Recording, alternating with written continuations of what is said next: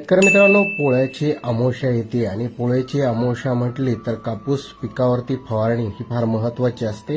कारण जी येणारी बोंडाळी आहे, बोंडाळीचे पतंग याच अमावस्येला अंडी घालत असतात आणि मोठ्या प्रमाणात आपलं शेतीचं जे कापसाचं नुकसान आहे ते होत असतं मित्रांनो.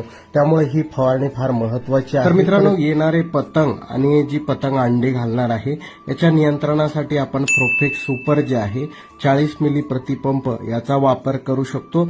आणि कापसावरती येणारे मावा, थ्रिप्स, तुडतुडे याच्या नियंत्रणासाठी आपण लान्सर गोल्ड किंवा टप्पूज या कीटकनाशकाचा वापर करू शकतो. 40 ग्रॅम प्रतिपंप आपल्याला वापर करायचा आहे. आणि जे टॉनिक आहे जास्तीत जास्त पाते लागण्यासाठी मित्रांनो, तर ते बायोविटा एक्स जे आहे 40 ते 50 मिली आपल्याला याचा वापर करायचा आहे मित्रांनो.